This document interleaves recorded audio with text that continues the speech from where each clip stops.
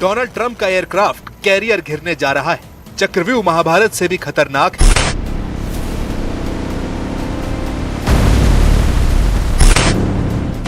America ने जिस battle group को ईरान से लड़ने के लिए भेजा है, ईरान ने बता दिया है कि उसे हजारों सैनिकों के साथ पहले घेरा जाएगा, वार्निंग दी जाएगी और अगर तेहरान का हुक्म नहीं माना गया तो उसे डुबो दिया जाएगा। ईरान के रेवोल्यूशनरी गार्ड्स की धमकी बहुत खतरनाक है। ईरान की फास्ट बोट इस वक्त फारस की खाड़ी में घूम रही है, ईरान के जंगी जहाजों को तलाश कर रही है और जैसे ही उन्हें अमेरिका के वॉरशिप नजर आएंगे तो उन्हें ऐसे ही घेर लिया जाएगा। चारों तरफ ऐसा चक्रव्यूह रचा जाएगा जिससे फंसे ट्रंप के सामने फिर सरेंडर करने के अलावा कोई रास्ता नहीं बचेगा।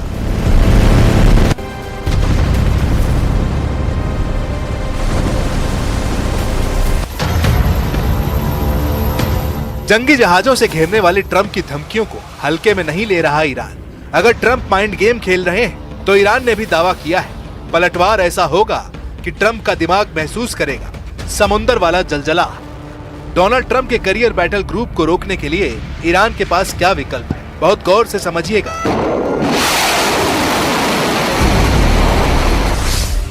ईरान के पास कामिकाजे ड्रोन का भंडार है जिनसे बचना आसान नहीं। ईरान के पास एंटी शिप क्रूज के अंडरग्राउंड अड्डे हैं जिनसे अमेरिका अनजान है। ईरान के पास फास्ट बोट है जो ऐसी मिसाइलों से लैस है जिनसे अमेरिका की जंगी फ्लीट को खत्म किया जा सकता है। ये तीनों ऐसे काउंटर कैरियर हथियार हैं जो फारस की खाड़ी को अमेरिकी नौसेना का कब्रिस्तान बना सकते हैं।